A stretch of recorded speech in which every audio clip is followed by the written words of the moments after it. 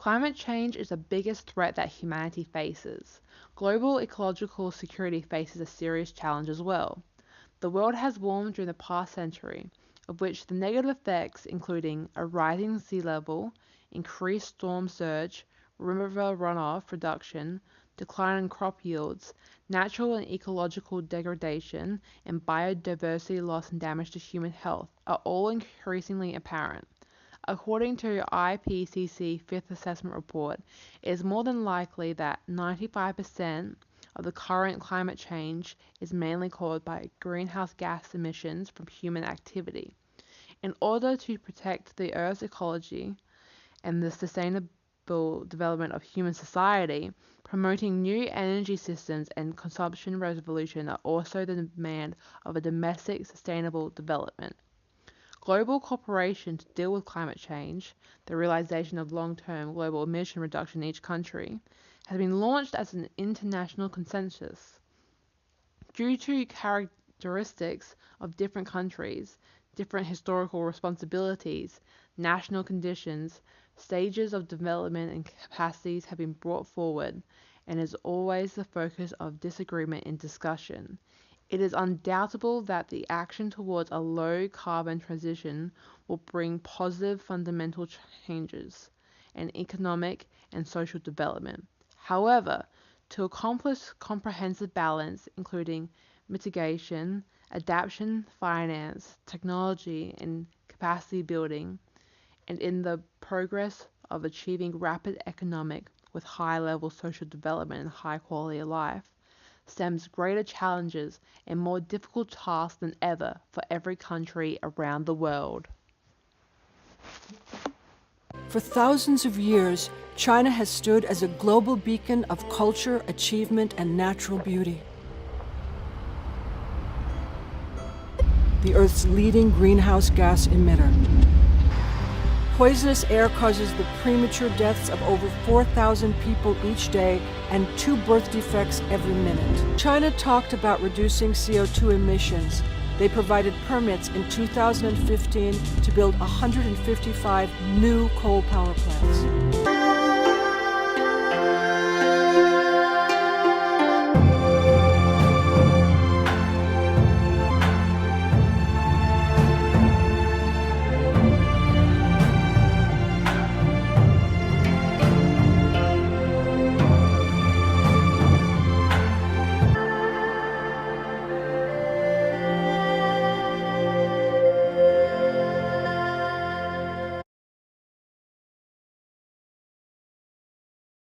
As a critical stakeholder in the climate change debate and the world's current largest greenhouse gas emitter, China holds a position that is influenced by the goals of continuous economic growth and the consciousness of negative effects that climate change poses on their country. From 1990 to 2014, China's CO2 emissions quadrupled due to industrialization, leading to numerous negative environmental effects and increased climate risks. A rising sea level and retreating coastline is one of these effects, leading to parts of China's territory submerged due to climate change, especially in coastal areas, causing China's territorial size to decrease. When paired with increased speed of soil degradation, desertification has reduced the living space available for Chinese citizens and threatens the sustainability of the Chinese economy's development and the survival of the Chinese ethnicity. Climate change has also led to significant increased temperature levels and reduced rainfall, which has caused significant changes in local rivers. Climate change not only reduces the water supply available to China, but unhinges the water cycle and China's ecosystem as a whole, aggravating China's already existing vulnerability in water resources. Water is already a major issue in China, being one of the highest consumers and emitters of heavy metals with toxic pollutants present in China's major rivers, lakes, and other bodies of water. In the Songhui and Yangtze River basin alone, 2 of China's main water sources, 107 kinds of toxic and hazardous organic pollutants were detected. Problems with usable water is one of the many serious challenges that China must overcome. Air pollution, instability in agricultural production, and extreme climate events are some of the many others China has to face in the current climate change state. Without counteracting and preventing continuous climate change, difficulties for China will only inevitably increase. The nature of China's economy has undergone dramatic reforms in order to establish the nation as a world leader in the sphere of renewable energy and to rectify the damage done in China's rapid period of industrialization. While on a state visit to the United States in 2015, Chinese President Xi Jinping announced the world's largest carbon emissions trading scheme, set to be imposed in the year 2015. Essentially, the Chinese government places a cap on annual carbon emissions and requires corporations to trade permits to pollute, thereby forcing companies to reduce their carbon footprint. Those affected will include key industry sectors such as iron and steel, power generations, chemicals, building materials, papermaking, and non-ferrous materials. Furthermore, 5 of the world's top 10 solar companies are based in China, and 5 of the world's top wind turbine companies are also based in China. In 2015, a wind turbine was built every hour within Chinese borders. Therefore, not only environment but the Chinese economy experienced the positive effects of China's renewable reform. China's demand for energy increased by 0.5% between 2014 and 2015.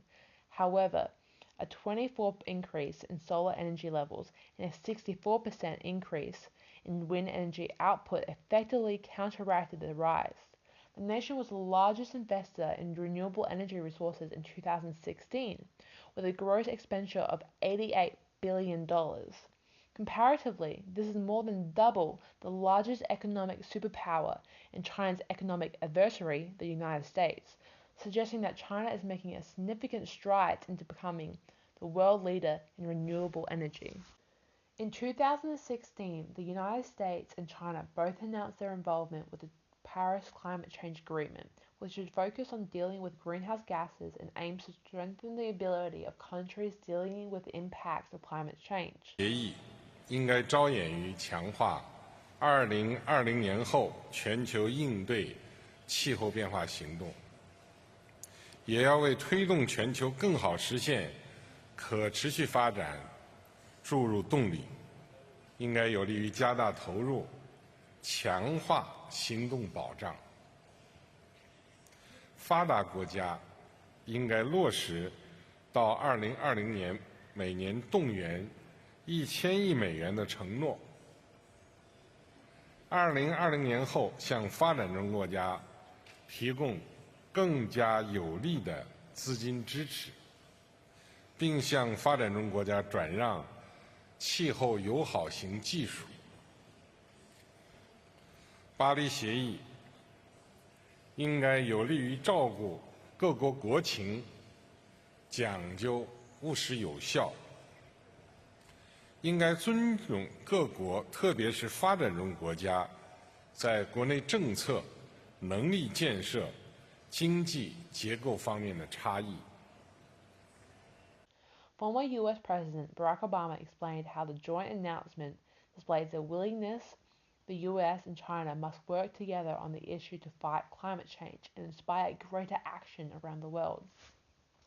The relationship between China and the U.S. sparks an extreme change of direction to China's response to dealing with climate change. By working in conjunction with the U.S., China hoped to prompt a worldwide movement and process to minimize the effect of greenhouse gases. The relationship between Australia and China is based on strong economic trade complementaries whilst acknowledging the different political systems, history and views on climate change issues. The initiation of the Memorandum of Understanding on Climate Change Cooperation between Australia and China promotes a cooperative relationship to process and deliver practical climate change outcomes through energy efficiency, technology cooperation, and the improvement of emission data reporting. Climate change is a serious issue in China and proves that the authoritarian system, although effective, is largely unstable. Beijing's approach to energy security is state-centric and distrustful of energy markets, which diminishes Beijing's capacity to produce effective policies on energy issues. China has been the world's largest carbon-emitting country since 2016, with coal constituting almost 70% of its primary energy demand and about 90% of its carbon emissions. Reports have stated that the small breathable particle PM 2.5, which can be lodged in the lungs and bloodstream, leading to health problems, rose by 48% in the first 2 months of 2017. The World Health Organization says that anything over 25 PM 2.5 is a health hazard, and some cities in China have reported air quality of being over 1,000 PM 2.5. Moreover, China's contribution to total global fossil fuel carbon dioxide has almost tripled in the 30-year industrial period between 1980 and 2010. A study has suggested that China currently accounts for 12% of the total greenhouse gases in the atmosphere. China is also responsible for 28% of the sulfate aerosols currently in the atmosphere, 24% of the nitrate aerosols, and 14% of black carbon. The annual average air temperature has also risen by 0.5 to 0.8 degrees Celsius, which is slightly higher than the average global temperature increase. Due to China's rapid industrialization, it is suggested that their contribution to climate change is unlikely to slow down in the near future, although measures have been taken to counteract this.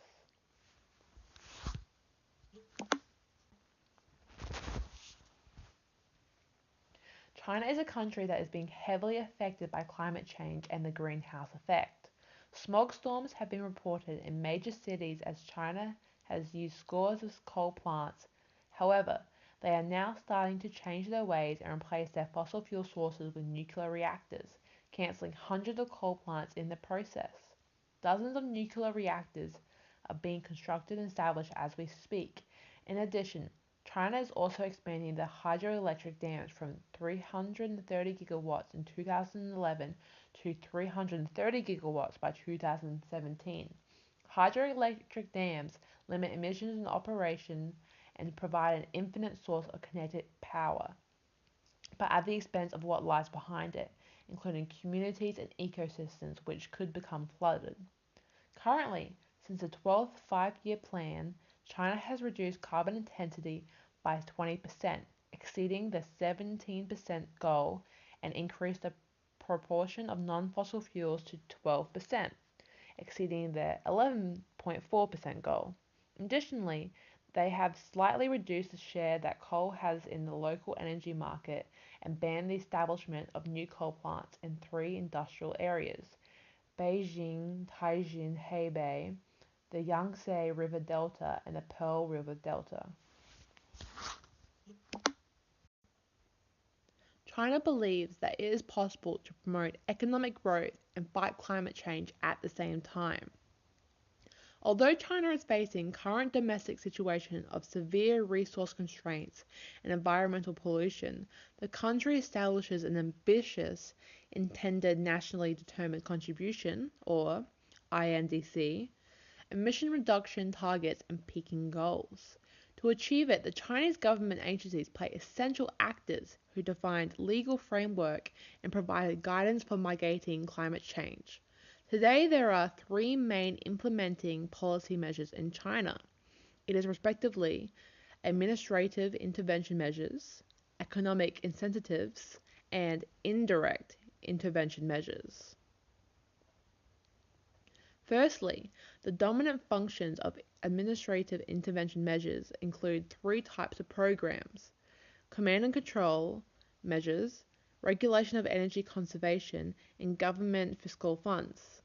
These institutional arrangements aim to balance national priorities for sustainable development within several sectors, such as human development, modernizing industry, global climate change, and local pollution. It is obvious that these policy interventions targeting energy consumption to secure energy supplies. However, energy efficiency improves rapidly, but the total energy consumption still grows fast. Secondly, economic incentives involve four main subjects: tax and levy, fiscal subsidy and award, credit and loan, and pricing. These regulatory rules reveal China's characteristics of planned economy. However, most of environmental problems in China are systematic and institutional.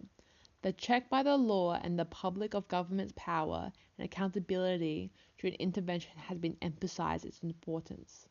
Finally, indirect auxiliary measures take four aspects into account: demonstration and extension of energy saving technology, improving informatization levels, energy saving service industry development, and publicity and education of energy conservation and emission reduction.